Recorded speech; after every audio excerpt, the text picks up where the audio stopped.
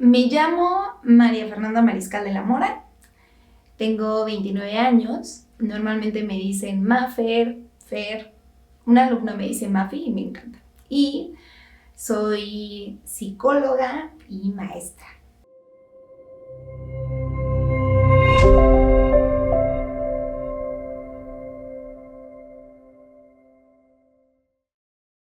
Yo creo, y me encanta poder decir esto, que Mafer o yo soy una chingona. Me gusta poder aceptar esa definición de mí misma. Digo, no ha sido un proceso fácil para poder llegar a esto. No nací con estrella diciendo soy la más. Pero a través de los años, a través de mucho proceso, a través de terapia, a través de todo, pues uno aprende a amarse, a disfrutarse, a entender tal vez y empatizar con cada parte de quién eres. Y eso te lleva a pues agradecerte y aplaudirte todo el progreso, todo lo que has hecho para llegar a este espacio. Entonces, creo que me definiría como esa parte, también por el hecho, o sea, soy muy trabajadora y me gusta muchísimo hacer las cosas bien, no rozando en el perfeccionismo, tal vez, porque siento que el perfeccionismo es diferente para cada quien, pero sí estar orgullosa de lo que estoy haciendo y cuando termino de hacer las cosas llegar y decir, lo dejé absolutamente todo. Es algo que mi papá me enseñó toda la vida y que creo que me lo enseñó también por lo de los 4 acuerdos, ¿no? Es un libro que le gusta mucho a él, pero es como todo lo que hagas lo tienes que hacer bien.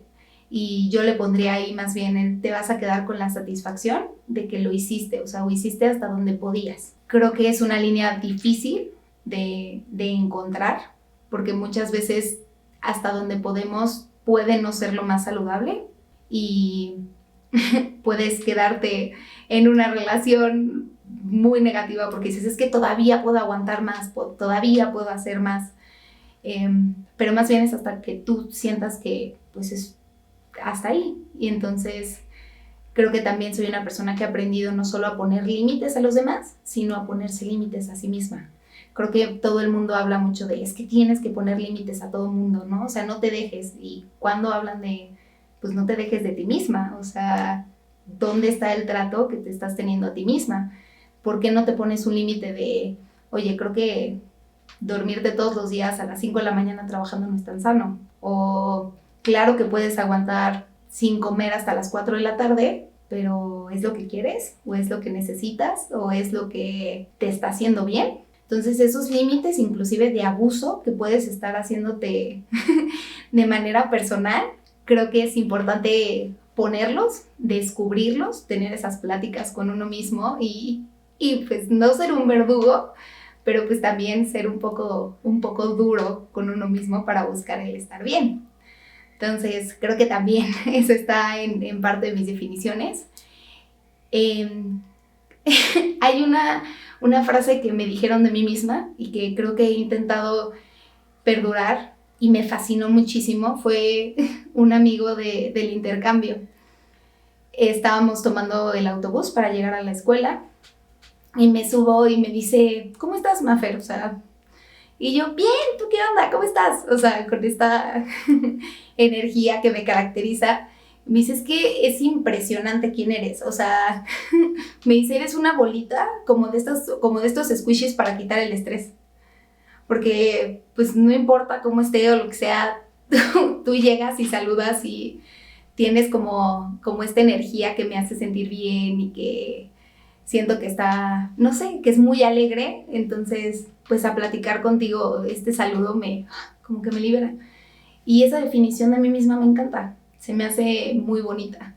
Y otra que aprendí en terapia, que también me dijeron, es que es como, soy como cuando me conoces o el primer momento de acercamiento es como mucha diamantina. Me acuerdo que una compañera de teatro me decía, es que yo llegué así como sin saber qué onda y qué estaba pasando y me dice, y me dijeron, pues tú sigue a Mafer en esta coreografía. Y entonces ella así de, ¿quién es Mafer? Y de repente volteas y le haces, hola, yo soy Mafer, sígueme. y fue así como, así una explosión de diamantina mi cara y dije, sí, o sea, la verdad es que soy una persona con mucha energía. No creo que todo el tiempo sea tan alegre y tan feliz, pero, pero ya acepté que esa soy la persona que soy.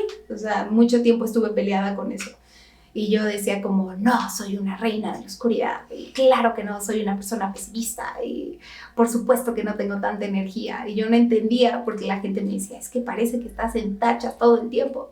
Y yo, pues no sé, o sea, tómate un café. Y según yo, yo estoy en energía normal. O sea, no sé de qué hablas. Pero no sé por qué luchaba tanto con esa parte, pero una vez que la acepté y entendí, y no solo pienso como en diamantina como tal, sino me gusta más definirme como una persona confeti, que tiene muchos colores, que es muy alegre, pero también se puede utilizar en otras, o sea, situaciones. No siempre el confeti tiene que estar arriba, también está abajo. Son muchos colores y muchos matices los que me definen. Pude ser como más feliz. Yo creo que esa es mi definición favorita de mí misma. Soy una persona confeti. Yo creo que aceptar mi parte confeti fue un proceso largo. Y tuvo mucho que ver también con la psicóloga que tuve. O sea, a través de mi vida empecé a ir al psicólogo desde muy chiquita porque al parecer es algo hereditario, no lo sé. Tenía como estos terrores nocturnos y muchas cosas me dan miedo. O sea, me despertaba todas las noches gritando y así un despapalle. Entonces, he pasado como por muchos psicólogos y aparte bastante interesante porque no todos han sido de la misma línea. He ido con psicoanalíticos, he tenido intrapersonales, bastante interesante, ¿no? Ha sido también, yo creo que toda esta parte de descubrirme desde diferentes perspectivas me ha ayudado también a encontrar esta definición de confeti, ¿no? Pero fue sobre todo con mi última psicóloga, una cognitivo-conductual, con una tirada más humanista, espectacular. Me la recomendaron, de hecho, en un momento de crisis. Y pues estábamos buscando como esta parte de definición de Maffer. Empecé a poner más atención a lo que la gente decía de mí, pero no en una situación de juzgarme, sino en entender cómo mi perspectiva acerca de mí misma podría chocar con la perspectiva que yo estaba proyectando de mí. Entonces, por ejemplo, esta parte, ¿no? De que yo decía, no, yo soy oscuridad y soy pesimista y soy realista y todo este rollo, que en realidad no era lo que la gente veía de mí. O sea, la gente veía una persona muy positiva, veía una persona, no sé, muy alegre. Te digo que yo creo que las personas que me conocen, las definiciones que han encontrado han sido personajes infantiles. Y en un momento yo decía, bueno, ¿qué onda? O sea, pero es más por esta chispa y por esta alegría. Entonces me han dicho que me parezco a Rapunzel de Enredados, ¿no? De la película de Disney. Que soy como Poppy de Trolls, que creo que es la más acertada. Que soy, bueno, no sé, o sea, como todos estos personajes. Y yo decía, bueno, o sea, está padre, lo entiendo y hasta lo agradecía porque en ese momento trabajaba mucho con niños chiquitos. Entonces decía, pues bueno, es que es mi personalidad para los escuincles. Cuando en realidad pues llevo años trabajando para ser así, ¿no? Para ser esta persona. Entonces, empezando a hacer como este diagnóstico interno, hacer estas comparaciones con lo que me decían los demás y no tomándolas como algo malo o no rechazándolas, ¿sabes? O sea, porque luego decimos, es que nos estamos poniendo máscaras todo el tiempo. Y sí, es cierto, pero yo creo que ya estaba en un proceso que no tanto y no estoy interpretando un personaje, pero yo me creía esta parte de que estaba interpretando un personaje. Entonces fue una lucha entre llegar y decir qué tanto es la Maffer real, qué tanto es la Maffer máscara, qué es lo que estoy ocultando. Igual y estoy mostrando más de lo que me estoy dando cuenta y nada más lo que pasa es que no estoy aceptando. O sea, en realidad sí estoy mostrando mi cara en lugar de una máscara, pero lo que me gusta más es la máscara que estoy creyendo que me estoy poniendo, ¿no? O sea, que es todo lo contrario. O sea, lo que yo oculto es quien en realidad soy. Entonces, no sé, fue como todo este proceso, después de hacer estas comparaciones y todo, y mucha terapia, y pues hablar mucho con mi novio, y entender también como mucha parte de quién había sido en otras relaciones y así, pues creo que empecé como a ponerle colores a mi vida, y a entender, por ejemplo, que no está mal de repente sentirse amarillo, de repente sentirse naranja, o pues estar azul, o sea, no sé. estar triste, de repente tener periodos de tristeza, no quita que también tengo periodos de alegría, o no quita, o no demerita, más bien, pues toda esta chispa que soy, ¿no? Y todo esto que estoy haciendo hacia los demás. Y entonces puedo ser esta chispa, pero también puedo ser una persona depresiva, pero también puedo ser una persona ansiosa. Y ninguna de estas está peleada con la otra. Y entonces ahí fue cuando dije, ¿cuál es mi definición favorita? Definitivamente soy algo con movimiento. Creo que es muy claro. Soy algo creativo y soy algo con un montón de matices. Creo que todos somos así, pero a mí específicamente esa definición fue la que más me checó, más me hizo sentido, más pude entender y pude visualizar acerca de mí misma. Y es interesante porque aunque el confeti está hecho como de pedacitos, yo no me siento en pedazos. O sea, siento que soy un conjunto de muchas cosas, pero ya unido. Entonces eso también me gusta bastante. No lo veo como algo roto, sino como el conjunto de algo muy padre. Yo creo que es normal a veces no sentirse completo. Y no en una situación de que algo falta, sino de que no entiendes tal vez inclusive hasta cómo encajas a tu alrededor. Muchos años, no solo la adolescencia, que creo que le pasa a muchos en esta búsqueda de independencia, no tuve la mejor relación con mi familia en general. No solo con mis tíos, con mis papás, con mi hermana y todo. Entonces, esta falta de pertenencia hacia un grupo tan importante como es la familia te quiebra de cierta manera. Entonces es como, yo sé que soy hija, pero no quiero aceptar esa parte ahorita, o no sé cómo incluirla en mi vida en este momento. Y también es cierto que uno empieza a jugar muchos papeles. O sea, en la secundaria, en la prepa y todo, uno empieza a jugar a ser la pareja. Y entonces, cuando eres la pareja, eres un todo como novia, pero no existes como novia y como hija, por ejemplo. Entonces yo sentía que estaba haciendo 20,000 personajes, que cada parte era diferente y no lo concebía como un todo de mí misma.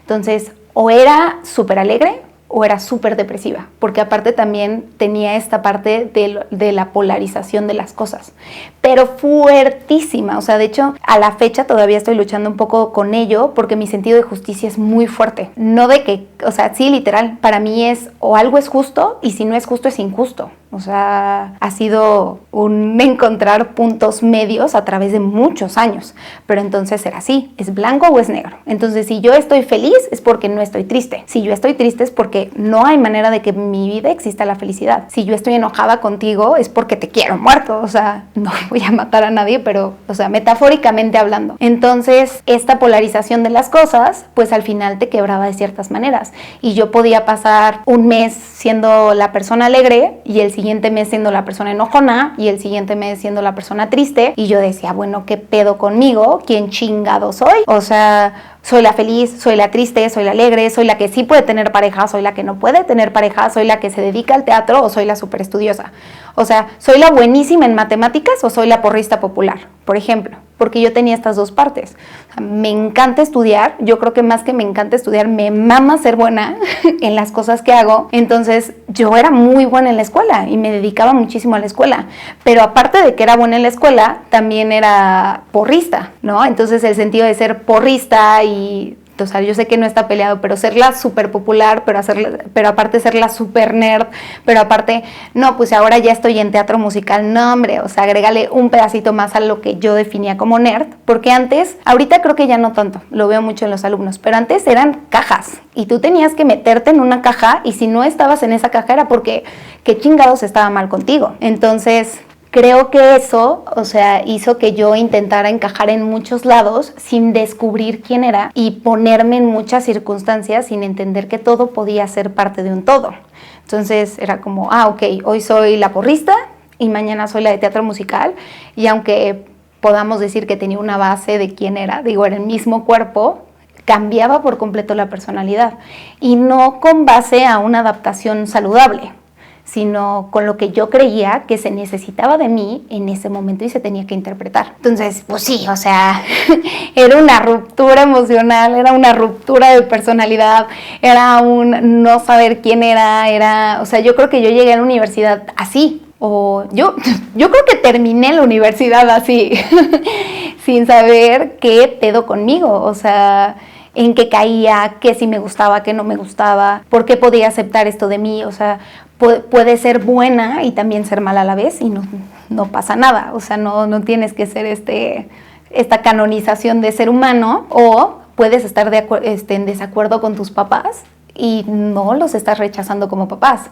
O puedes decirle, o sea, puedes tener una pelea con alguien, por ejemplo, también me pasaba mucho, sin que esa persona te deje de hablar. O sea, puede existir como con un crecimiento, porque también parte de todo esto es que yo tuviera un miedo enorme al conflicto. O sea, pues yo decía, no, hombre, yo me peleo con alguien, me va a mandar pero a la turbo chingada en ese momento. Y pues así, o sea, esta parte de estar tan dividida, esta parte de tener que entrar en algo pero completamente, es muy difícil, porque la verdad es que la personalidad no es un checklist y sí tienes que cumplir con ciertas cosas. Por ejemplo, si quieres ser, en mi caso, ¿no?, que estoy ahorita en teatro musical, pues sí, o sea, sí necesitas disciplina, sí necesitas por lo menos algunas tablas de baile, sí necesitas ni siquiera la gran voz, pero sí echarle ganas al canto, ¿no?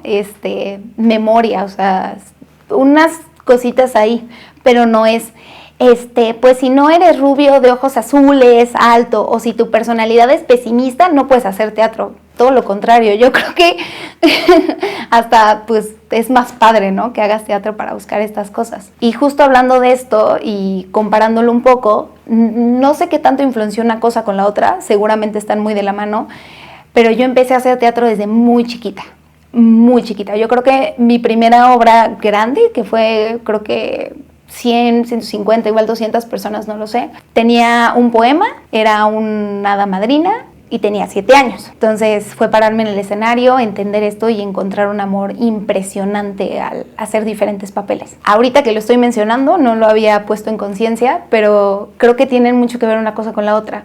O sea, el hacer teatro me permitía de una manera saludable o de una manera controlada el hacer un papel, el volverme una persona completamente diferente. Y además esto es algo que creo que no todo el mundo sabe. Cuando estás haciendo teatro, tú tienes que generar una estructura del personaje. Es importantísimo que el personaje tenga una dirección. Y no me refiero a teatral, o sea, a un director, sino tú no puedes entrar al escenario sin saber de dónde venías. Y eso me parece súper poderoso.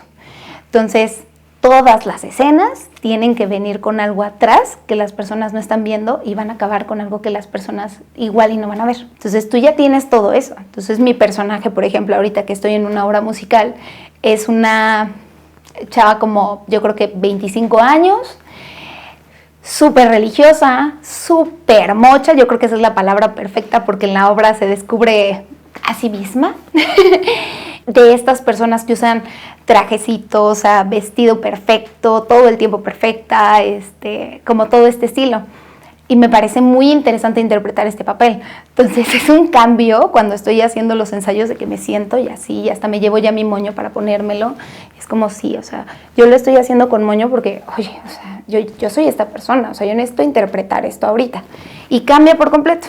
Entonces creo que no sé qué tanto el teatro me ayudó a descubrirme a mí misma, pero sí me ayudó a ser feliz interpretando diferentes papeles de una manera como más, les digo, como más dirigida. O sea, a generar estructura de la personalidad de los personajes, literal. Entonces, ha sido interesante. Y ya ahorita, con esta parte de todo esto y de toda esta unión y así, pues también me permite como utilizar el teatro no como una escapatoria, sino como una pasión.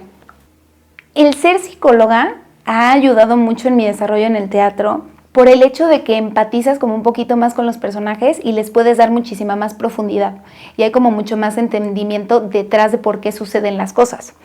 No es que las personas que no estudian psicología no son excelentes actrices o actores, sino cuando uno está desarrollando un personaje, me acuerdo es un ejercicio que me enseñaron, era literal ponerte a escribir, ¿no? De cómo son sus papás, cómo es su pareja, por qué tiene esa edad, cómo se viste, qué ademán inclusive le quieres poner. Todo eso le da vida al personaje y aparte lo vuelve único. porque a veces la misma obra obviamente se interpreta 20,000 veces por 500,000 personas. Yo creo que uno de los ejemplos más claros es Mentiras. O sea, Mentiras lleva, creo que ya 3,000 representaciones, y pues en esas 3,000 no siempre han sido las mismas actrices y actores. Son las mismas canciones, mismos diálogos, pero cada persona le da como lo suyo. Entonces, creo que el hecho de ser psicóloga me ha permitido, pues esto, darle un trasfondo como un poco más fuerte. No me han tocado personajes que tengan alguna situación mental, como algún trastorno, algo por el estilo, pero como para ponerle como, digamos, esta profundidad de lo que veíamos en las clases de psicopatología, por ejemplo.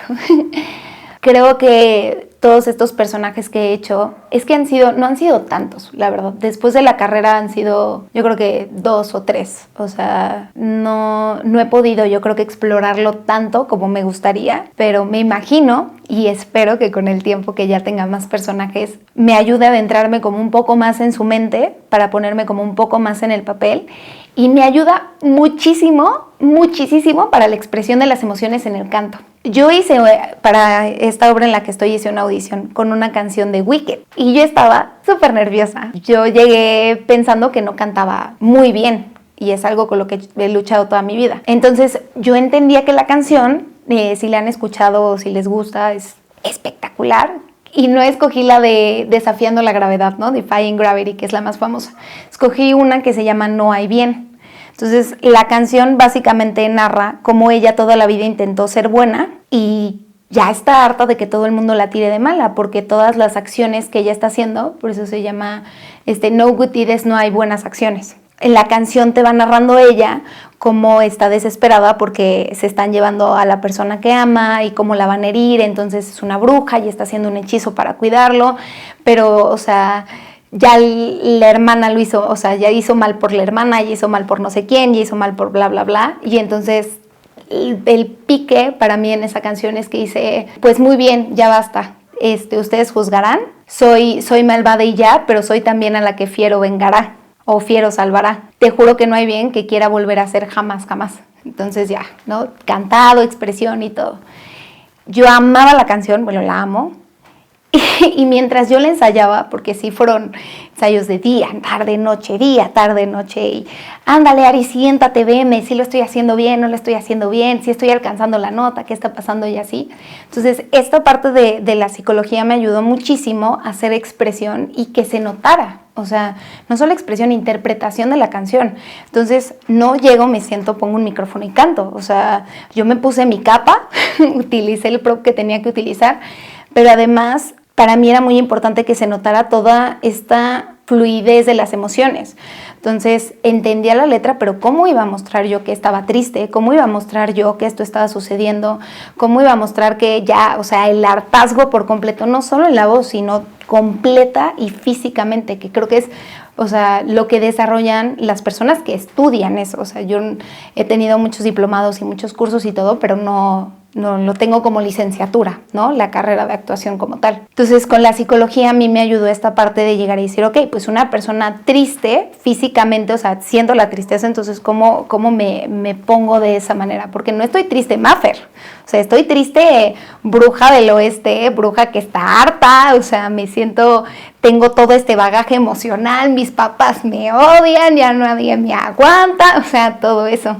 Entonces, bastante interesante, o sea, volverte el personaje sin volverte tuyo y sin involucrarte es muy interesante. Sí tienes que hacer como esta parte de división.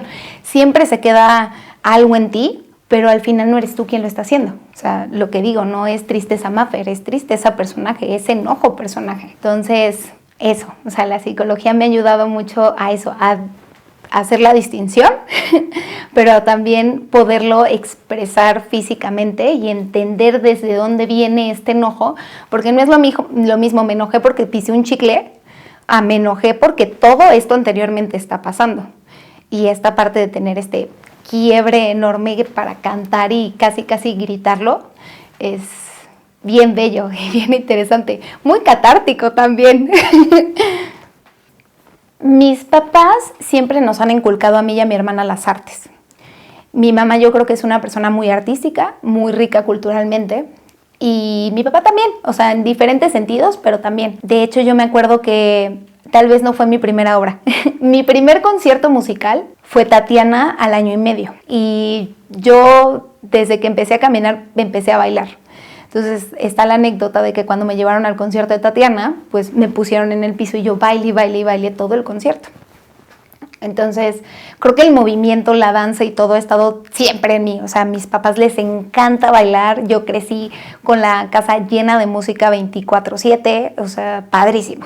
Entonces, pues no era ajena a esta parte, ¿no? Y creo que mi primera obra fue El Principito, en Ciudad de México, y es lo único que me acuerdo porque estaba muy chiquita y aparte estaba enferma ese día. Pero me acuerdo que fue muy impresionante y me encantó mucho porque El Principito lo actuaba una mujer. Eso estuvo muy cool. Y de ahí lo que sucedió es que aquí en Cuernavaca existe algo maravilloso que se llama La Vecindad. Ahorita ya cambiaron, ya pregunté y ya cambiaron un poco el formato. Pero el formato que a mí me tocó es que era un centro cultural infantil, así, Centro Cultural Infantil La Vecindad. Y es un edificio precioso, muy viejo, muy colonial en el centro, en donde los sábados daban talleres. Entonces mi mamá, pues obviamente buscando todas estas actividades para meternos y así, nos metieron muy chiquitas. Yo creo que empecé a ir ahí a los 6 años y mi hermana a los 4. Entonces tú llegabas el sábado, te daban distintos talleres y pagabas 10 pesos, 20 pesos, una cosa así. Y tenías 5 talleres al día, los sábados. Entonces ahí empezó la situación del teatro. O sea, hicimos barro, hicimos fotografía, estuve en taller de escritura creativa, estuve en radio también un buen tiempo, o sea, porque empieza lo del teatro como parte de ya un taller de diario, ¿no? O sea, como digamos, como con más estructura, no nada más un taller sabatino. Porque me gustó muchísimo, o sea, me pareció bellísimo. Y la directora se vuelve amiga de mi mamá, y decide hacer un programa de radio infantil. Entonces nos meten a mi hermana y a mí. Jimena ni siquiera sabía leer. Entonces estaba bastante interesante porque traían artistas y nosotros como niños los entrevistábamos. Súper bonito, me divertí mucho, era creo que justo los sábados. Y pues bueno, por esta parte del radio se nos dijo o se nos aconsejó que tomáramos otro tipo de talleres también para la expresión, para todo. Entonces yo entro a escritura creativa, entro a teatro y creo que en ese momento mi hermana no entró, pero después ella entró a pantomima. Entonces pues bueno, creo que siempre estuvimos como muy encaminadas. Y ya de ahí pues se siguió, o sea, empecé a hacer pues todas estas presentaciones escolares, digamos, o sea, las obras escolares. Y ya en secundaria decidí, en mis cursos de verano, pues ya no podía ir a la vecindad. La vecindad era hasta los 12 años. Entonces, empecé a ir al SEMA. Tenían cursos de verano de teatro en el SEMA y pues yo empecé a ir ahí. Y fascinaba, porque aparte son cosas bien diferentes. El teatro tiene muchísimos matices, obviamente, y en el SEMA te daban las tablas, pero también con obras clásicas. Entonces las obras clásicas son pesadas y es hablar en españolete y es la bass y todo este rollo. Y aparte era yo muy niña y veía personas como muy grandes, entonces aprender en este espacio fue bien bello. Y bueno, o sea, obviamente crecí con un buen de obras de teatro, con un buen de conciertos, con música, con todo. Y de hecho, ya en la prepa me metí al grupo de teatro de la prepa, hicimos Mentiras, una adaptación, y tuvimos temporada, creo que habremos hecho como 10, 12 presentaciones, algo así, pero estuvieron muy padres. Y ahí también fue algo súper increíble. Ya ahí ya empecé a cantar, ya le metí a la cantada. Cuando me fui de intercambio, estuve, como todavía traía como muy arraigado el teatro, me metieron a como el centro comunitario de ahí, que son las clases, talleres gratis, y estuve estudiando 6 meses también teatro allá, en Bélgica. Entonces es muy interesante también, o sea, ejercicios diferentes, todo en francés, y yo, ¡oh, la, la! Obviamente, la verdad, me ganó el súper desmadre, intercambista, 17 años, dije, bueno, o sea, muchas gracias por los talleres, me encantaron, pero creo que prefiero irme a chupar, ¿no? Vamos a beber y todo. Y ya, Y yo la verdad iba a estudiar, bueno, una de mis carreras, de mis opciones era teatro en Bellas Artes, pero está cabrón. Y fue un proceso bien fuerte como decidir ya no estudiarlo porque sentía que me estaba traicionando a mí misma. Lo que pasó es que yo me acuerdo, o sea, estuvimos un amigo y yo, que tampoco al final se quedó allá, buscando la ficha, o sea, de horas antes, sabíamos de a qué hora iba a llegar y así refrescando la página para poder sacar la ficha porque obviamente aceptan 15 personas, 30 personas por año. Entonces yo regreso de mi intercambio a la escuela y digo, pues sí, creo que sí es lo que quiero, es la tirada que estoy teniendo, vamos a echarle ganas y vamos a hacerlo. Entonces sacamos ficha, vamos y todo, y cuando voy a la plática de introducción, porque son 3 exámenes que tienes que hacer. Obviamente el de conocimientos generales, de ahí es uno físico y hasta el final, ya lo último es como la audición, ¿no? Para ver si tienes las tablas. Yo dije, pues chingue su madre el físico, pues como sea lo aguanto, ¿no? Mi pasión es tan grande que sí lo voy a aguantar. En ese momento ya me estaba haciendo como nada extra. Antes tenía el teatro y muchas cosas, pero ahí no tanto como físico. Pero la plática fue muy clara, o sea, fue una situación de van a perderse cumpleaños, todo este rollo, y pues la verdad es que muy pocos lo logran y es un sacrificio y no sé qué. Y fue cuando yo dije, es que no chingues madre, o sea, váyanse bien lejos. No era lo que yo quería. Y ahí también es algo que aprendí de mí misma. Y a la fecha, lo mismo. Yo valoro demasiado las experiencias. Yo llevo no sé cuántos años de mi vida diciéndolo, por lo menos 20, que yo quiero ser esa persona que cuando llegue a viejita tenga 20,000 historias que contar y decir, no manches, qué increíble viví. Y he tratado de ser fiel a eso, o sea, he intentado ser fiel a eso. Entonces, cuando me dicen toda esta parte, dije, es que no lo vale. No quiero perderme estos cumpleaños, no quiero perderme experiencias, no quiero dejar de hacer todas estas cosas. Que fue bastante interesante porque mi hermana también, o sea, mi hermana es increíble, mi hermana es estúpidamente dedicada, o sea, la admiro con todo mi corazón y en ese momento mi hermana estaba en teatro musical. Ella hizo una cantidad de obras impresionantes, o sea, hermosas en el Ocampo y así. Y yo veía la putiza que era, o sea, no hay otra palabra, o la chinga que era. Entonces sí, neta, sí se perdió pinche 1000 cumpleaños, sí, hasta donde yo sé no tuvo pareja, hasta muy avanzada la universidad. Sí, no estuvo en muchas cosas y así. Yo dije, bueno, te respeto muchísimo, pero no es lo que yo quiero para mi vida. Ahorita lo entiendo que lo vi desde esa perspectiva. En ese momento fue ponerme peda y llorar muchísimo con unos amigos. Pero sí fue en mi cumpleaños justo. Estábamos tomando unas botellas de alcohol que traje del intercambio. Importante. Éramos 3 amigos. Y entonces llegué y les dije, es que ¿saben qué? Estoy aceptando la decisión de que no voy a estudiar teatro. La neta no creo que sea tan talentosa para hacerlo y está bien, estoy renunciando a mi sueño en este momento. Te lo digo ahorita súper tranquila. Obviamente en ese momento yo era un mar de lágrimas, alcoholizado aparte, entonces y así, yo no sé cómo me entendieron, pero yo recuerdo que así lo dije. Entonces los 3 estábamos llorando, no, padrísimo, maravilloso la verdad. Y catártico. Entonces ya de ahí pues dije, pues ¿qué sigue en mi vida? Y pues fue la psicología y no me arrepiento para nada de la decisión que he tomado. Me encanta en el lugar en que estoy ahorita. Pero sí, o sea, sí ha sido el camino en el teatro. Entonces también regresar al teatro fue cabrón, porque yo creo que dejé de hacerlo, o sea, en ese momento pausó. En la prepa todavía estaba en un grupo de teatro muy bueno. En la universidad estuve creo que el primer año, una cosa divertidísima, súper diferente, pero pues toda la universidad fue un shock interesante. Pero yo regresé a teatro en 2023, no, en 2022.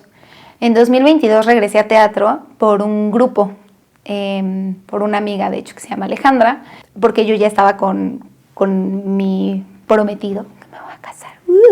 Yo ya estaba con él y tuve una plática y le dije, ¿sabes qué? O sea, ya estoy trabajando, creo que es momento de regresar al teatro.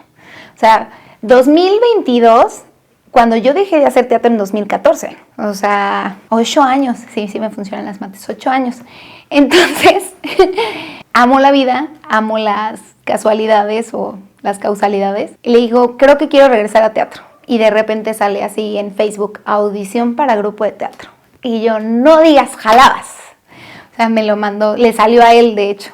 Entonces dije, pues chingue su madre, pues voy, ¿no? Y fui, y entonces estuvo bien increíble porque yo regreso y la audición era de baile, y entonces me dicen, te tienes que aprender esta coreografía. Y yo, la que quieras, ponme tacones si quieres. Entonces, empiezo a hacer la coreografía y el director, Gerardo, muy increíble director, le dice a Ari así como, se nota que le gusta esto, ¿verdad? Y Ari, no tienes una idea, me amo bailar. Y ya, así me quedé y pues lo dejé ahorita como 6 meses por lo de la organización, o sea, hace 6 meses por lo de la organización de la boda y así, pero pues ahorita ya ando en obra y ya es algo que no voy a dejar, o sea, es una parte muy fuerte de mí y que pues al final ya puedo balancear porque es nada más un día, permite que sí vaya a fiestas, que sí haga cosas, que, o sea, no me pierda porque sé que suena horrible, pero es muy sabido que hay personas que de la farándula, actores, actrices, cantantes y todo, que se han perdido hasta funerales, o sea, porque es parte de, o sea, y no, la verdad es que ya tus cosas ya no dependen solo de ti, dependen de todas esas personas que compraron un boleto para verte. Entonces tú ya no puedes llegar y decir, váyanse todos bien lejos, no entro. O sea, tengo un compromiso, me voy a parar en el escenario aunque me esté yendo de la chingada.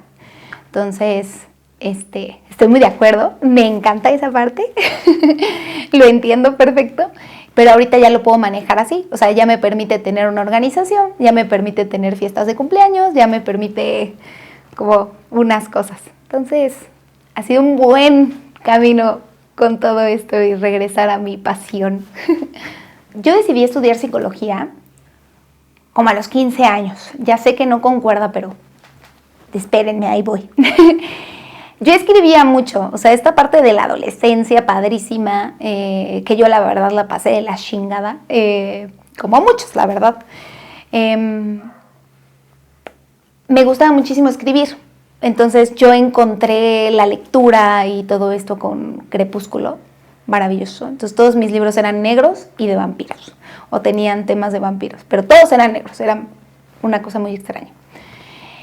Entonces yo empiezo a escribir como por esta parte de no me está gustando que estoy viviendo, necesito meter todo en la parte de fantasía, y dije, ay, la psicología me puede ayudar a hacer como mucho más profundos mis personajes. O sea, desde ese momento ya tenía la idea de que la psicología me iba a ayudar a eso, a profundizar literal en las cosas. Creo que yo necesitaba eso. Entonces, ya lo tenía como más o menos dicho. Me acuerdo mucho que en la prepa tenía una maestra de filosofía padrísima. Y yo le pregunté, es que mira, me gusta como la psicología, pero de pareja. Y ella, pues, sexología está chido, pero sí tienes que estudiar psicología. Yo, bueno, va.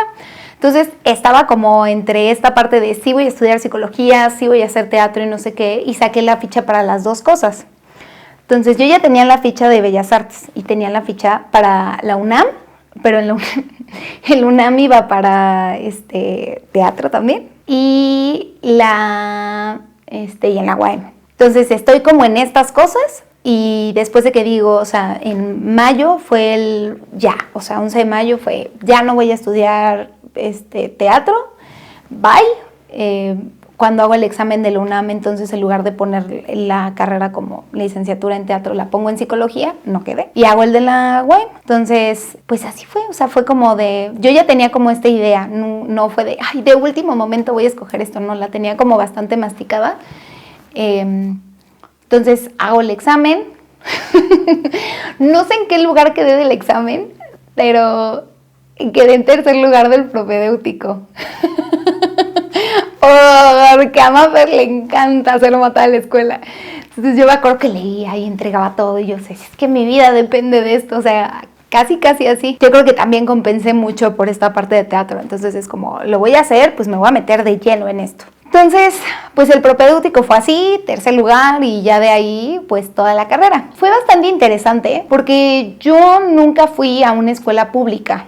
O sea, mis papás se esforzaron literal muchísimo económicamente, o sea, trabajando muchísimo y todo, porque mi mamá no quería que yo estudiara en una escuela pública. Ella venía del Madrid, en Ciudad de México. Mi abuelo fue senador y creo que gobernador de Colima. Entonces era una familia pues política, su familia. Entonces, pues muy buenos colegios, creció en la Roma y así. Entonces, cuando nos tiene, pues habla con mi papá y dice, pues, ¿sabes qué? O sea, pues la educación para mí es esto y quiero que pues estén en escuela privada. Entonces estuvimos en escuelas así, o sea, estuve en un Inter, estuve en La Salle y eso, en la prepa, y cuando llego a la UAM, pues obviamente es algo súper diferente, o sea, no son escuelas chicas, ninguna de las dos, pero pues obviamente una universidad es un mundo, o sea, yo no sé qué hubiera hecho en la UNAM, me hubiera vuelto loca, en buen sentido y en mal sentido, un poco de ambas. Pero pues fue obviamente conocer a gente muy diferente, gente de muchos lugares, o sea, porque obviamente como es una escuela, pues ya es una universidad más grande, pues vienen de muchos lados, o sea, no solo es gente de Cuernavaca, ¿no? Como pues en la prepa o en la secundaria y así. Entonces eso fue una. La otra yo me acuerdo que fue que suena muy estúpido, pero el shock de decirle a los profes por su nombre, al principio era como, ay, es que, ¿qué les pasa? ¿Les falta educación? O ¿qué está sucediendo, no? Yo lo sentía como, no es que les faltara educación, yo creo que el chanclazo de mi mamá de hablarle, de no hablarle de usted a alguien. Entonces, pues pesaba mucho eso para mí. Entonces fue reformularse todo lo que tiene que ver con el aprendizaje y con la educación. Y fue muy increíble. Aparte, o sea, venir de La Salle, esa escuela católica, estudiar con monjas y todo, y de repente llegar a la UAM en psicología en un momento súper crítico para la facultad, porque el primer cuatrimestre nos toca lo de los 43 de Ayotzinapa, que estuvo fuertísimo. Pero yo llego un día, mi papá me va a dejar a la universidad. Toda la facultad está cercada con sillas. Y yo, ¿qué chingados está pasando? Y mi papá, creo que no vas a tener clases. Y yo, ¿tú crees? Y aparte yo, o sea, con lo matado de, no, espérate, déjame bajar a ver, igual y algo está pasando, ¿no? Entonces me bajó, o sea, ya sabes, de, profe, es que, ¿qué está pasando? Sí puedo irme, no me puedo ir, o sea, y ya, pues había sido tomada por los alumnos, justo para, pues, hacer, o sea, esta huelga por todo lo que estaba pasando. Y me pareció bellísimo, o sea, me encantó.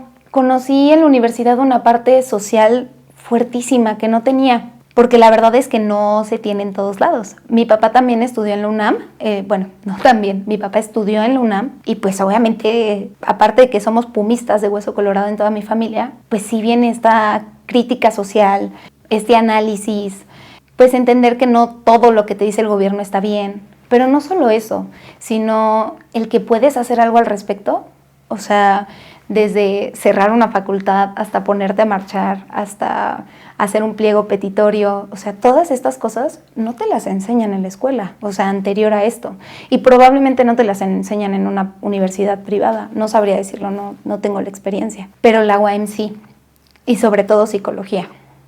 Entonces fue abuchar a los de la FEUM cuando entraron al salón al principio sin saber por qué y después entender por qué no se quería que fueran parte. Aprender muchísimo de las generaciones arriba de nosotros, porque creo que fueron las últimas, o sea, nosotros entramos y la última generación nos tomaba como pollitos y polluelos y nos enseñaba como toda esta parte. Entonces fuimos una generación bastante unida a la nuestra, como en búsqueda de todo esto, ¿no? Como entender que somos seres humanos, como entender que pues un frente unido es más fuerte, todo este tipo de cosas. No sé qué ha pasado ahorita, sé y me acuerdo que iba viendo como que se estaba perdiendo un poco esto, pero bueno, es que no es que se haya olvidado, pero para nosotros creo que fue demasiado fuerte esta parte.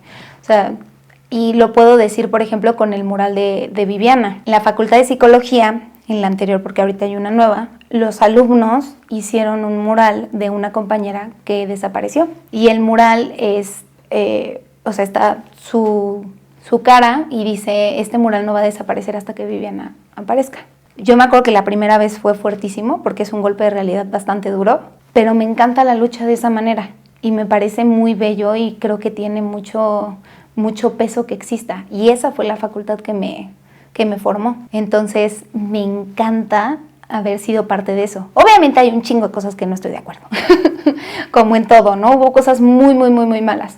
Pero hablando de todo este crecimiento social que me generó, me parece, lo agradezco mucho, porque también necesitaba ese golpe de realidad, porque la vida obviamente no es un cuento de hadas, no es una historia de Disney, pero también no puedes hacer nada, o sea, estás en tu cuadro y hasta ahí te quedas, para las situaciones sociales. Y estuvo muy padre. También con esto de las situaciones sociales, mi hermana se va a casar con un colombiano, se llama Nicolás, y hace poco pudimos ir a Colombia. Fuimos específicamente, a varios lugares, pero su familia es de Bogotá. Y fue bastante interesante porque durante la carrera tuvimos una maestra colombiana que me encantó porque nos daba psicología social,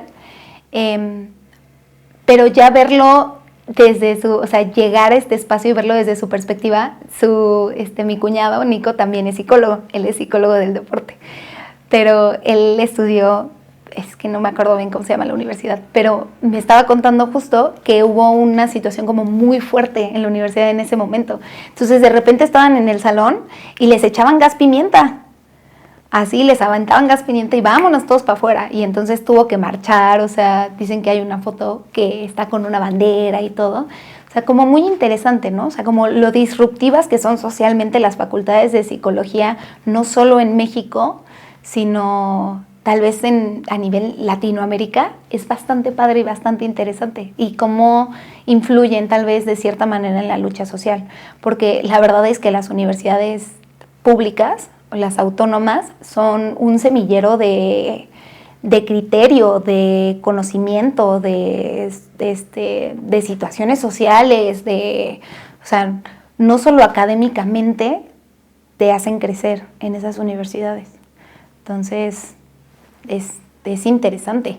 Yo creo que el desafío más grande que he enfrentado en mi vida han sido muchísimas cosas. No sé si podría escoger solo uno porque ha sido muy difícil, pero yo creo que la aceptación en general, o sea, no solo a mí, sino también a las personas a mi alrededor. O sea, entender, por ejemplo, que tus familiares son así sin que te afecte, es difícil. O sea, no solo hablando de familia nuclear, o que tus amigos, o que tu pareja. Yo me volví mi enemigo por muchísimos años. O sea, yo fui la persona que más se puso piedras y que más se lastimó, no solo emocionalmente, sino también físicamente, en muchos sentidos, llevándome al extremo en muchas cosas, inclusive llegar a generarme como lesiones y así. Yo creo que ese ha sido el desafío más grande y ni siquiera sé si todavía lo he pasado. Creo que es un proceso constante porque sí, a veces sí me enojo, no solo conmigo, ¿no? Sino así con los demás. Y es como, puta madre, ¿por qué son así? O seguro es porque no me quieren, ¿no? Por ejemplo. O sea, este discurso de no ser suficiente, no sentirse suficiente, y aparte yo lo imagino como irte aislando poco a poco. O sea, como en lugar de acercarte como a pelear, te vas haciendo cada vez más para atrás. Entonces te sientes en soledad porque también te estás alejando de todo, porque sientes que todo te está haciendo daño. O sea, no sé, como en modo supervivencia tal vez. Entonces yo utilicé ese modo muchos años de mi vida, muchísimos. Pudo haber sido por todo lo que estábamos hablando, ¿no? Porque sentía que tenía que encajar y que no encajaba, por situaciones personales, por todo esto, pero creo que todo eso ha sido muy difícil. O sea, llegar y decir, bueno, tal vez, o sea, el entender que está mal, que estar mal está bien, y que eso no demerita todo lo que has hecho, o que eso no demerita quién eres, o que eso no demerita todo, pues no sé, tal vez hasta tu progreso, ¿no? Porque estamos como muy acostumbrados a sentirnos culpables de no haber llegado al punto que queremos llegar. Por ejemplo, en esta parte de emocionalmente, lo que decía, estuve muchos años en terapia y yo todavía me miraba al espejo y decía, ¿por qué chingados no estoy bien? O sea, ¿qué estoy haciendo mal? ¿Por qué me sigo sintiendo triste si ya fui al nutriólogo, ya rezo todos los días? O sea, ya me acerqué a la religión, ya me alejé de la religión, ya hago ejercicio todos los días, ya como bien, ya dejé de fumar, ya no tomo, ya no sé qué, o sea, ya estoy haciendo teatro, o sea, una serie de cosas que yo decía, bueno, es que puedo tomar una checklist de todo lo que estoy haciendo bien, y de todas maneras, cuando la sumo, el resultado no es positivo. Y eso me partía la madre brutal, o sea, la fecha. De repente me parte mucho la madre eso. Entonces, yo creo que ese ha sido mi desafío más grande por la constancia que significa. O sea, porque no es ay, ya sucedió y se acabó. O sea, más bien, sino porque todos los días es un esfuerzo constante de despertarte y mirarte al espejo y en lugar de decirte, no mames, estás bien pinche feo otra vez, creo que hoy te ves bonita. O mira, sí está funcionando la dieta, por ejemplo. O sea, estas palabras de aplausos, de quererte, de alabanzas, de todo esto, pues es una tarea constante y dura y pesada, porque también tú te cansas, o sea, y también dices, es que hoy no quiero, o sea, digo, al final tiene un fin y te vas acostumbrando y tal vez ya no te dices, estás bien pinche fea, ya nada más te dices, estás fea, que podría parecer que no es un logro, pero lo es. Vas disminuyendo estas palabras, vas cambiando poco a poco, ya la perspectiva no es todo negro, ya es gris. Pero sí, es un desafío fuerte, es un desafío constante y es, pues literal, una lucha consigo mismo. Y es difícil, o sea, sentarte a platicar contigo y decir, oye, ya pinches, basta. O sea, lo que decía de los límites, ponerte límites también es difícil porque, o sea, tú te tienes que hacer cargo de eso. Cuando se los pones a los demás y si los demás no lo quieren respetar, los puedes mandar a la chingada. O sea, puedes dejar de hablarles, puedes decidir si los quieres conservar en su vida o no. A ti no. A ti te tienes que poner el límite, lo tienes que respetar y aparte tienes que hacer que se cumpla. Es como muy extraño. Sí, es una dualidad interesante que tiene que suceder. Entonces, y súmale a todo ese trabajo emocional que estás haciendo, que la vida no se pinches detiene. No sabes cuántas veces yo decía, qué grosería es que no pueda tener un día para llorar. O sea, lo tienes que agendar. Como, bueno, ahorita mientras como, lloro, o lloro o desayuno, ¿no? Porque después me ha pasado, y no sé qué tan bueno es decir esto, pero me ha pasado que yo estoy desesperada o estoy muy enojada o estoy muy triste o lo que sea y es como tirarme a llorar 5 minutos, respirar hondo, limpiarme así y abrir computadora y hola, ¿cómo están mis amores? Buenos días. Ay, sí, preciosos, qué bueno que están aquí el día de hoy. Bueno, y vamos a ver, o sea, y literal 10 segundos antes estoy destrozada. Entonces, es interesante, o sea, así pasa. Y yo creo que aunque es lo más benéfico que puede existir para uno mismo, en inglés es el show up for yourself, o sea, como estar ahí para ti, también cuesta muchísimo trabajo, porque lamentablemente no eres lo único que tienes que hacer. También tienes que cumplir económicamente, tienes que trabajar, tienes que tener la casa bonita, bueno, yo tengo una perrita, entonces pues estar ahí, ser lo que decíamos, o sea, ser familia, ser hija, ser novia, ser, prometida, ser mamá perruna, ser actriz. Y además de todo eso, en alguno de esos lugares, y sí lo pongo como algo separado, es ser Maffer para Maffer. Yo entendí que estaba en un modo de supervivencia cuando volteé a analizar mis relaciones con los demás. No confiaba en absolutamente nadie, ni en mi sombra. O sea, literal, ni en mí misma.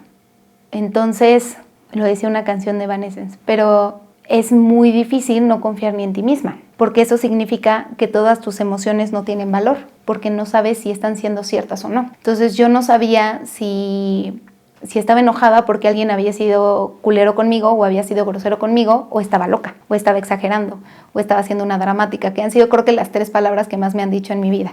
O sea, estás loca, estás exagerando y eres una dramática. Por cierto, qué grosero, nunca digan eso. Pero bueno, entonces esas 3 palabras fueron definitivas para mí, fueron como etiquetas que cargué durante años por mi vida. Y también eso, lo de la parte de las relaciones, pues obviamente se hizo sumamente complicado. O sea, tener una relación en la que no confías en el otro, no solo amorosamente, o sea, me refiero con amigos, con mis papás, con mi hermana, o sea, sientes que literal el mundo está en tu contra. Entonces yo era una persona sumamente reactiva, a veces lo soy todavía. Entonces me decían algo y era como sentir un ataque personal mucho más fuerte. Y cualquier cosa que sucediera que fuera como negativa hacia mi persona era, ok, aquí se acaba la relación. Entonces, por ejemplo, cuando yo empiezo a tener ya relaciones amorosas, o sea, tener un novio, las peleas para mí eran una situación que generaba crisis. Me acuerdo perfecto, yo tendría que 16 años, una cosa así. y yo iba a salir con un chavo que me encantaba. Entonces me manda un mensaje y me dice que no va a poder salir conmigo, no me acuerdo por qué. Y creo que había sido porque yo le había dicho algo y se había enojado, ¿no? Entonces entendemos ya ahorita como adultos, ya trabajado el nivel de supervivencia, el estado de supervivencia, que pues se vale, ¿no? Que las personas tengan eso, que no pasa nada. Pero en ese momento yo me tiré al piso a llorar como si la vida se me hubiera acabado. O sea, yo dije, nunca más lo voy a ver. Ya la super mega ultra regué con él y me encantaba el güey y soy lo peor del mundo mundial. Así de fatalistas y así de complicadas eran las cosas conmigo. Era como yo veía las cosas y las relaciones que tenía. Entonces yo creo que ahí fue cuando entendí que estaba en un nivel de supervivencia, o sea, porque me estaba cuidando todo el tiempo de todos y de todo. Y pues es súper desgastante, o sea, no sentir que te puedes sentar a platicar con una amiga, con un amigo, con un familiar, algo para desahogarte, que de todas maneras lo hacía, pero el sentimiento de culpa era enorme. Porque en la cabeza era de, ya ves, te van a traicionar, y si le dicen a los demás, y si no sé qué, y o sea. Entonces, creo que esas fueron los inicios de las señales de que yo estaba como en esa situación. Y como lo fui trabajando, pues fue a través de terapia y a través de un coco wash impresionante personal y medicamentos. Definitivamente ayudaron muchísimo los medicamentos, porque lo que pasa es que te acostumbras a tener ciertos niveles emocionales de las cosas. Eso me explicaron. Entonces, yo ya vivía con una serotonina muy baja, porque ya me había acostumbrado a que eso era lo normal. Pero esa serotonina muy baja, pues obviamente hacía que la agresividad fuera muy grande, que la tristeza fuera enorme. O sea, mis emociones siempre fueron muchos picos. Entonces, con el medicamento me ayuda a regularme, me ayuda a poder como sentarme a ver las cosas desde una perspectiva tal vez no tan personal, como ajena, y poder entender muchísimo más como todo alrededor, o sea, todas las partes, no nada más una cosa, o no llevarme por la emoción, porque normalmente, bueno, en este caso, con mi situación de supervivencia, la emoción nunca fue racional, jamás. Entonces, ya te mete 3 pesitos más de oye, tal vez no es tan así lo que estás pensando, o sea, no en una situación dramática, sino en una situación de ya no es secuestro emocional lo que está sucediendo cuando pasan estas cosas, sino es una situación como diferente. Y yo creo que ha sido, pues por lo mismo, algo que he trabajado como muchísimo y me ha ayudado también mucho platicarlo. Yo le tenía, con esta parte ya lo había mencionado, me daba como miedo el conflicto, aunque por las emociones tan fuertes vivía con mucho conflicto, pero me volví una persona muy directa, porque dije, ya no quiero vivir con esta incertidumbre y con el no saber, con estos supuestos, estas distorsiones cognitivas. Entonces lo que hice fue preguntar, y no solo preguntar, sino aceptar la respuesta de los demás. Porque pasa mucho el de, oye, ¿estás bien? Sí, sí estoy bien. No, no es cierto, te estoy viendo que no estás bien. O sea, ¿estás bien? Sí, estoy bien. Ok, te creo. Y ya, y dejarlo ahí. Y si la otra persona después se acerca a decirte, no, pues la neta no estaba bien, es como, ok, ¿qué me quieres platicar? O sea, como creer y confiar en lo que te están diciendo los demás. Me ha funcionado mucho con las relaciones, o sea, ha sido también parte del proceso terapéutico, pero con los amigos y así, porque si siento que algo está raro o algo me incomoda, sí me siento a platicarlo con ellos. Es como, ¿sabes qué? Creo que esto está pasando, no me está gustando, o cuéntame cuál es tu perspectiva y vemos si podemos encontrar un punto medio. Es interesante, pero le estás dando el espacio a la otra persona para que cumpla lo que está sucediendo en la vida.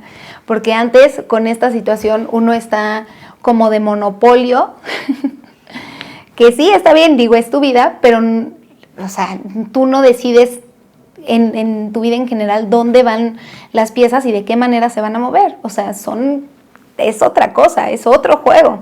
Entonces, si tu amigo o tu pareja o lo que sea, pues está ahí al lado, pero él tiene su propio movimiento, tiene su propia vida, tiene su propio seguimiento de todo.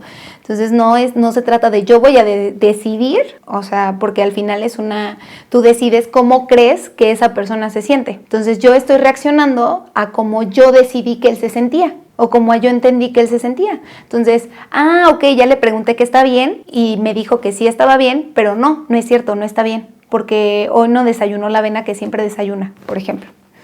o hoy no me dio un beso cuando llegó. Entonces me voy a enojar con él y voy a reaccionar de esta manera, aunque ya le di, entre comillas, su espacio.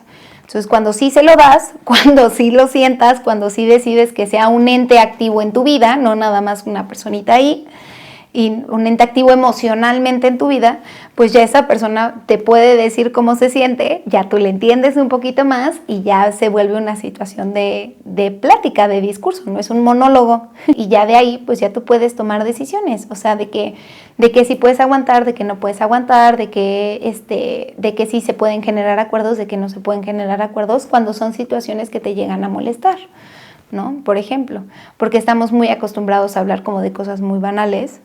O bueno, yo también estaba muy acostumbrada a hablar de cosas muy banales, pero no cosas tan personales. Y tener esas conversaciones difíciles son los que hace crecer las relaciones en general, no solo de pareja, sino de familia, de amistades, de todo. Entonces, yo creo que es eso, o sea, darles su lugar a cada quien y respetar su espacio en mi vida y en su vida. Yo creo que aprendí a ser Maffer para Maffer cuando me empecé a escuchar a mí misma. No de todas estas voces groseras que me hablan, sino más bien cuando entendí mis necesidades y cuando aprendí a escucharlas. Y sobre todo a creer en mí misma. O sea, no creer de puedo con esto, sino que está padrísimo, eso también es importante. Sino más bien en creer que lo que estoy sintiendo y lo que estoy diciendo es válido, por ejemplo. Porque eso no existía. Entonces, si eso no existe, lo que pasa es que no haces acciones para respaldarlo o para curarlo o para cuidarlo. O sea, es como, ay, me raspé o bueno, tengo una cicatriz de este tamaño, pero la ignoro porque no estoy segura si es profunda. Entonces, ni voy al doctor, ni me la cuido, ni me la trato, ni nada. Y pues eso se va haciendo cada vez peor, ¿no? O sea, hasta infección te puede dar. Y creo que yo estaba en esa situación conmigo misma, o sea, estaba muy, muy rota en muchas partes y decidía no verlo y decidía no escucharlo. Y tal vez no llegando a tan el extremo, pero tenía hambre y no comía, tenía sueño y no dormía, o sea, las dejaba de lado. Entonces, cuando de repente llego y digo, ¿sabes qué? O sea, lo que yo pienso vale, lo que yo siento vale y no es dramático y no es exagerado y no es así. O sea, entender esta parte y verla no tiene por qué ser negativo. O sea, lo que estás sintiendo no tiene por qué ser malo. Entonces yo empecé a escucharme, empecé a verme, empecé a ver cuáles eran mis necesidades y empecé a externalizarlas. A mí el ejercicio de hablar me ha ayudado muchísimo, porque no sé si sea para todos, lo ignoro, pero en mi cabeza todo es muchísimo más grande. O sea, Madagasmaffer, que es mi lugar en mi cerebro, es enorme. Entonces, obviamente, todo lo que sucede en Madagasmaffer puede ser tan grande como yo quiera y tan pequeño como yo quiera. Entonces, cuando yo lo externo, me he dado cuenta que cosas que yo hacía menos eran muchísimo más importantes y cosas que yo hacía enormes no tenían tanto peso o no eran tan graves. Entonces, yo amo a Alicia en el País de las Maravillas, la adoro y me encanta utilizarla para enseñar, pero yo amo los soliloquios, a mí me funcionan mucho, tal vez es parte de mi neurodivergencia, pero yo me la vivo hablando conmigo misma. Entonces de repente es como, creo que tengo hambre. Puede que sí tenga hambre. ¿Y qué me voy a hacer de desayunar? Puedo hacerme esto, ok, va. Y voy caminando y ya me hago desayunar. Entonces ya lo externalizo, no es como, creo que tengo hambre, o sea, en mi cabeza, pero tengo que trabajar, entonces ya se me olvidó. Es como, ya existe, o sea, ya es una situación real porque ya se vocalizó, ya está en este plano, digámoslo así, y ya se puede hacer como una acción al respecto. Entonces, cuando empecé a hacer esto y empecé a escuchar mis necesidades y a decirlas, pues me di cuenta que empezaba a ser pues fiel a mí misma y que empezaba a respetarme a mí misma y que empezaba a, pues literal, a quererme un poquito más, porque obviamente pues quieres a las personas que te cuidan. Entonces, cuando yo me empecé a cuidar más y cuando yo empecé a hacer estas cosas y todo, dije, wow, es que qué padre soy, o qué buena onda. O sea, hoy sí me compré el helado que quería, me caigo increíble, ¿no? Por ejemplo. O hoy me encantó la clase que di, ay, qué buena onda. Entonces, así fue como Maffer empezó a ser Maffer y a quitarme también lo que la gente esperaba de mí en todos los sentidos. el ser muy femenina, el no ser tan femenina, el ser marimacha, el ser muy grosera, el ser muy enojona, el ser muy feliz, el ser, o sea, todo este tipo de etiquetas que todo el mundo pues te pone al final de cuentas, que el problema es que uno se cree y se internaliza, o sea, el discurso de los demás, aunque lo usé como parte para armarme, no fue, o sea, fue una guía, no fue una situación definitiva en mi vida, y lo usé más bien como para darme cuenta de qué estaba proyectando. En este caso te interiorizas los comentarios negativos de los demás, ojalá y también fueran los positivos, eso ya cuesta un poco más de trabajo. Entonces cuando yo dije fuck it, o sea, neta, no me importa, porque por ejemplo, y esta es una historia muy extraña, pero a mí me daba mucho miedo ponerme playeras de hombre, o playeras literal, o sea, que me hicieran como muy pues holgadas, porque decía que me veía como hombre y eso me generaba muchísimo conflicto. Entonces, para mí tenía que, o sea, nunca fui la persona más femenina en mi vestimenta, pero para mí así me tenía que vestir. O sea, hubo una época de mi vida en que en serio me generaba un buen de conflicto no verme suficientemente femenina. Y después dije, ¿qué pedo? O sea, ¿quién me hizo creer eso? Porque no era algo mío. No venía desde del amor a ser femenina, sino del miedo a parecer otra cosa. Entonces eso fue un trabajo muy interesante que tuve conmigo misma y ahorita me compro mis playeras en la ropa de hombres y soy la más feliz. Pero, o sea, eso fue lo que tuve que hacer, llegar a decir, es que neta, las definiciones de los demás negativas o inclusive positivas o estas etiquetas que tienen los demás no tienen por qué ser mi definición de mí y yo no tengo por qué cumplir la expectativa que mis papás tienen de mí como hija o que tiene inclusive mi pareja cerca de mí. O sea, no estoy en un trabajo constante de no idealizar a las personas, entonces no voy a permitir que las personas me idealicen y aparte que me exijan sobre todo eso, o sea, que me exijan que tengo que ser lo que ellos quieren que yo sea. No, o sea, la persona que soy es esta. Y podemos cambiar actitudes para, o sea, no generar conflicto, por supuesto, pero hay cosas que no. O sea, imagínate que alguien llegara, es que eres demasiado alegre, es como, pues, mijo, lo siento muchísimo, mi hija, mije, lo siento muchísimo, pero así soy, o sea, no le voy a bajar a mi tono de voz o no le voy a bajar a mi chispa que traigo el día de hoy porque te incomoda. O sea, la verdad es que no tienes que hablar conmigo, te lo juro, no pasa nada. Se puede detener aquí la amistad o el inicio de amistad que pudo haber sucedido. Entonces, también eso, o sea, eso ha sido muy, muy interesante, muy padre, pero también muy enriquecedor. Yo creo que el cambio más, o sea, he tenido muchos cambios en mi vida importantes. El cambio más grande que he visualizado en mi vida, literal, fue cuando empecé a tomar medicamento. Y no hablo de paracetamol para el dolor de cabeza. En mi proceso terapéutico, tuve un diagnóstico de un trastorno y lo que siguió fue tener una cita con un psiquiatra. Muy buen psiquiatra, la verdad, interesante. Son muy diferentes a los psicólogos. Pero me recetó un medicamento, la fluoxetina, que creo que es de lo que más se receta para hablar. Eso es un receptor de serotonina. En el momento en que yo empecé a tomar la fluoxetina, mi vida cambió. Yo creo que más bien lo que cambió fue mi perspectiva acerca de la vida. Pero pues eso hace que todo se vea diferente, literal, la perspectiva personal. Entonces, sé que no fue un cambio de un día para otro, definitivamente no lo fue. Yo lo seguía tomando y tuve unas crisis bastante fuertes durante este tratamiento, porque al final es un apoyo, no es lo que viene a cambiarte la vida por completo. O sea, es como el ejemplo del paracetamol, o sea, sí te puedes tomar los que quieras, hay un límite, pero si no estás comiendo bien, si no le bajas al estrés, si no tomas agua, si no haces cosas físicas para que el dolor de cabeza disminuya, el paracetamol tiene un límite, o sea, no va a ser algo mágico que te lo va a quitar así para toda la vida. Y lo mismo es con pues los antidepresivos y los ansiolíticos y todas estas cosas. Yo lo sabía, pero esto me ayudó muchísimo porque yo pude sentarme a verme desde otra perspectiva y fue lo que me hizo que yo pudiera alejarme un poco de todo este desastre que estaba sucediendo en mi cabeza y en mi corazón. Para poder ver como muchas más partes. Yo creo que no había sido tan feliz por tanto tiempo desde mi infancia, tal vez, ¿no? Porque todavía no se había desarrollado el trastorno.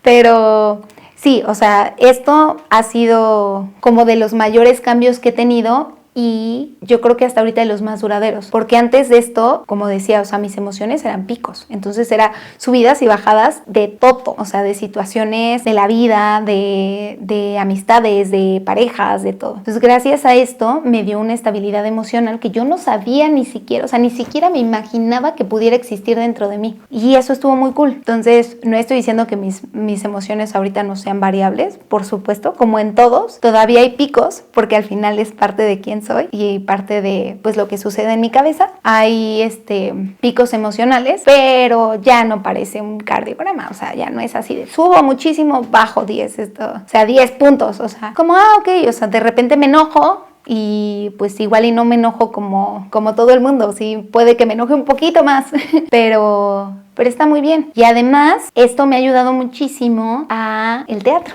Estos picos emocionales y esta situación, parece broma, pero es anécdota, pues obviamente permiten que la interpretación y las cosas y todo sean como muchísimo más grandes. No estoy diciendo fuertes, sino grandes. Y en el teatro a veces se necesita eso, porque tú no puedes hacer, o sea, cuando estás específicamente en el teatro, si no es teatro en corto, o aunque sea teatro en corto, tu emoción se tiene que sentir a 3 metros y se tiene que ver. Y por ejemplo, en el Ocampo, ¿no? Que es el teatro aquí en Cuernavaca, digamos, como más grande, pues si se abre hasta el segundo piso, se tiene que ver hasta el segundo piso, con micrófono, sin micrófono, o sea, tú te tienes que parar en el escenario y la gente te tiene que voltear a ver. Y la gente tiene que ver tus movimientos y la gente tiene que sentir lo que tú estás sintiendo, lo que tú estás proyectando. Y para eso se necesita eso. Se necesita unos picos de emoción interesantes para poderlo proyectar, o sea, poderlo externalizar.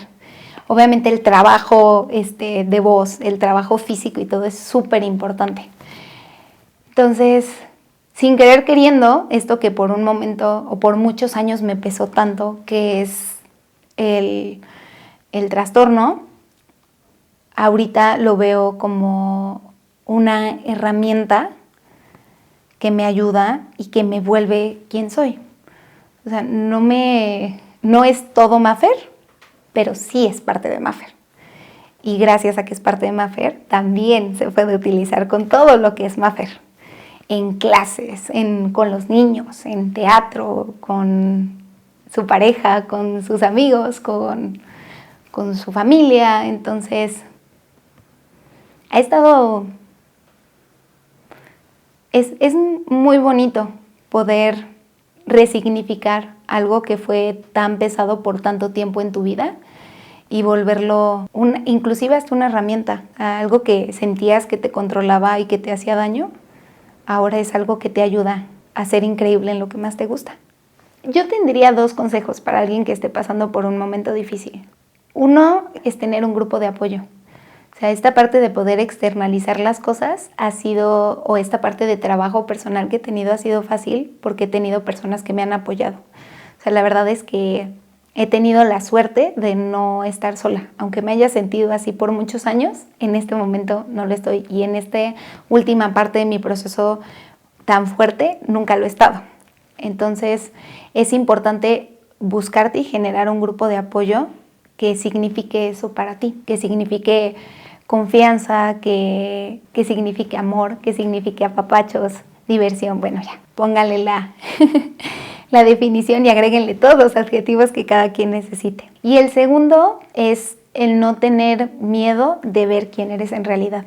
Muchas veces nos da terror darnos cuenta porque nos sentimos semejantes monstruos o nos sentimos muy terribles o nos sentimos muy malas personas o puede ser lo contrario, nos sentimos fabulosos y tal vez pues hay matices ahí que no queremos ver. Entonces creo que los monstruos debajo de la cama son los monstruos que tenemos en la cabeza y es importante de repente pues literal agacharte y verlos y hacer como Alicia y platicar como Alicia en el País de las Maravillas y platicar contigo mismo y darte cuenta de cuáles son y también por qué están ahí. Hacerte amigo de tus demonios no solo es para encontrar paz, sino también para aprender a manejarlos, porque las emociones no desaparecen y tus situaciones de vida lamentablemente no van a cambiar, pero sí se pueden resignificar, y como yo lo decía con el trastorno, también se pueden utilizar como herramientas muy buenas. O sea, ha habido impresionantes artistas, por ejemplo, que han logrado muchas cosas